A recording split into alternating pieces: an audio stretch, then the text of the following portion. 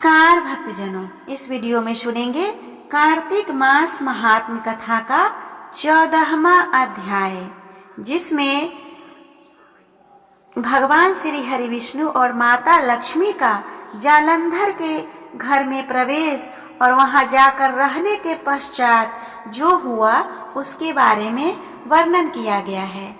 इसके पहले के वीडियो में भगवान श्री हरि विष्णु द्वारा दिया गया वरदान और वरदान के तहत जालंधर के घर जाकर रहने के बारे में, कथा के बारे में वर्णन किया गया है। अगर आप उस वीडियो को नहीं सुने होंगे तो उसका वीडियो आपको मेरे चैनल के प्लेलिस्ट में मिल जाएगा, वहां से आप सुन सकते हैं, ताकि आपको इसके आगे की कथा अच्छे से समझ में आएगा और इस कथा के श्रवण से मिलने वाले शुभ पुण्य फल की प्राप्ति होगी।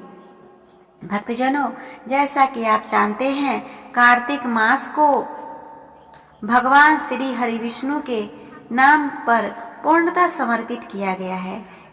इसमें किए गए पूजा पाठ, जप तप, हवन से भगवान श्री हरि विष्णु की विशेष कृपा प्राप्त होती है और इन सब का कई गुना अधिक फल प्राप्त होता है। तो आइए विघ्नहर्ता श्री गणेश का नाम लेकर इस कथा को सुनते हैं। कथा सुनने से पहले प्लीज आप इस वीडियो को लाइक और शेयर कर ले, साथ ही बेल आइकन को भी दबा दें, ताकि जब भी इसके आगे का वीडियो अपलोड करूं उसका नोटिफिकेशन सबसे पहले आपको मिले। भक्तजनों, कार्तिक मास का आज लिखो 14वां अध्याय। श्री हरि कृपा करे, श्रद्धा प्रेम बढ़ाए। तब उसको इस प्रकार धर्म पूर्वक राज करते हुए देख देवता क्षुब्ध हो गए।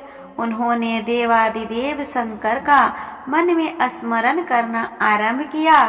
तब भक्तों की कामना पूर्ण करने वाले शंकर ने नारद जी को बुलाकर देव कार्य की इच्छा से उसको वहां भेजा। शुंभ भक्त नारद शिव की आज्ञा से देवपुरी में गए। इंद्रादि सभी देवता व्याकुल हो शीघ्रता से उठ नारद जी को उत्कंठा भरी दृष्टि से देखने लगे। अपने सब दुखों को कहकर उन्हें नष्ट करने की प्रार्थना की। तब नारद जी ने कहा, मैं सब कुछ जानता हूँ, इसीलिए मैं दैत्यराज जालंधर के पास जा रहा हूँ। ऐसा कह नारद जी देवताओं को आश्वासित कर जालंधर की सभा में आए। जालंधर ने नारद जी के चरणों की पूजा कर हंसते हुए कहा, हे ब्राह्मण, कहिए आप कहाँ से आ रहे हैं, यहाँ कैसे आए हैं? मेरे योग्य जो सेवा हो उसकी आज्ञा दीजिए। तभी नारद जी प्रसन्न होकर बोले, हे महाबुद्धिमान जालंधर, तुम धन्य हो। मैं स्वेच्छा से कैलाश पर्वत पर गया था, जहाँ 10,000 योजनों में कल्प वृक्ष का वन है। वहाँ मैंने सैकड़ों कामधेनु को विचरते हुए देखा तथा यह भी देखा कि वह चिंतामणि से प्रकाशित परम दिव्य अद्भुत और सब कुछ स्वर्णमय है। मैंने वहां पार्वती के साथ स्थित शंकर जी को भी देखा, जो सर्वांग सुंदर, गौर वर्ण, त्रिनेत्र और मस्तक पर चंद्रमा धारण किए हुए हैं। उन्हें देखकर मुझे बड़ा ही आश्चर्य हुआ कि इसके समान समृद्धिशाली त्रिलोकी में कोई है या नहीं। दैत्येंद्र, उसी समय मुझे तुम्हारी समृद्धि का स्मरण हो आया और उसे देखने की इच्छा से ही मैं तुम्हारे पास चला आया हूँ। यह सुन जालंधर को बड़ा हर्ष हुआ। उसने नारद जी को अपनी सब समृद्धि दिला दी। उसे देख नारद ने जालंधर की बड़ी प्रशंसा की और कहा कि निश्चय ही तुम त्रिलोकपति होने के योग्य थे। ब्रह्मा जी का हंस युक्त विमान तुम ले आए हो और द्युलोक, पाताल और पृथ्वी पर जितने भी रत्नादि हैं सब तुम्हारे ही तो हैं। ऐरावत, उच्च श्रवा, घोड़ा, कल्प वृक्ष और कुबेर की निधि भी तुम्हारे पास है। मणियों और रत्नों के ढेर भी तुम्हारे पास लगे हुए हैं। इससे मैं बड़ा प्रसन्न हूँ, परंतु तुम्हारे पास कोई स्त्री रत्न नहीं है। उसके बिना तुम्हारा यह सब फीका है। तुम किसी स्त्री रत्न को ग्रहण करो।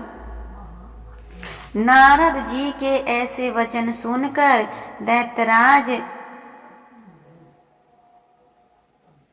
काम से व्याकुल हो गया।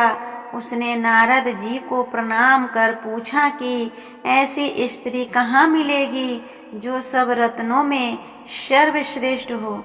नारद जी ने कहा, ऐसा रत्न तो कैलाश पर्वत में योगी शंकर के ही पास है। उनकी सर्वांग सुंदरी पत्नी देवी पार्वती बहुत ही मनोहर है। उनके समान दूसरी मैं किसी को नहीं देखता। उनके उस रत्न की उपमा तीनों लोकों में कहीं नहीं है। देवर्षि उस दैत्य से ऐसे कहकर देव कार्य करने की इच्छा से आकाश मार्ग से चले गए। इस तरह हमने सुना कार्तिक मास महात्म कथा का 14वां अध्याय। इसके आगे के वीडियो में सुनेंगे इसके आगे की कथा की माता पार्वती की रूप की प्रशंसा और कैलाश की भव्यता को सुनकर जालंधर ने क्या किया। तो इसी तरह आप मेरे चैनल पे बने रहें और कमेंट बॉक्स में हरे कृष्णा लिखना ना भूलें। और अगर आप किसी भी तरह का कोई गाइड है तो आप कमेंट बॉक्स में लिख सकते हैं, मैं उस पर अवश्य ध्यान दूंगी। या फिर आपको इससे संबंधित किसी भी तरह की कोई जानकारी की आवश्यकता है तो वह भी आप कमेंट बॉक्स में लिख सकते हैं। तब तक के लिए भगवान श्री हरि विष्णु अपनी कृपा बनाए रखे। ओम नमो भगवते वासुदेवाय नमः।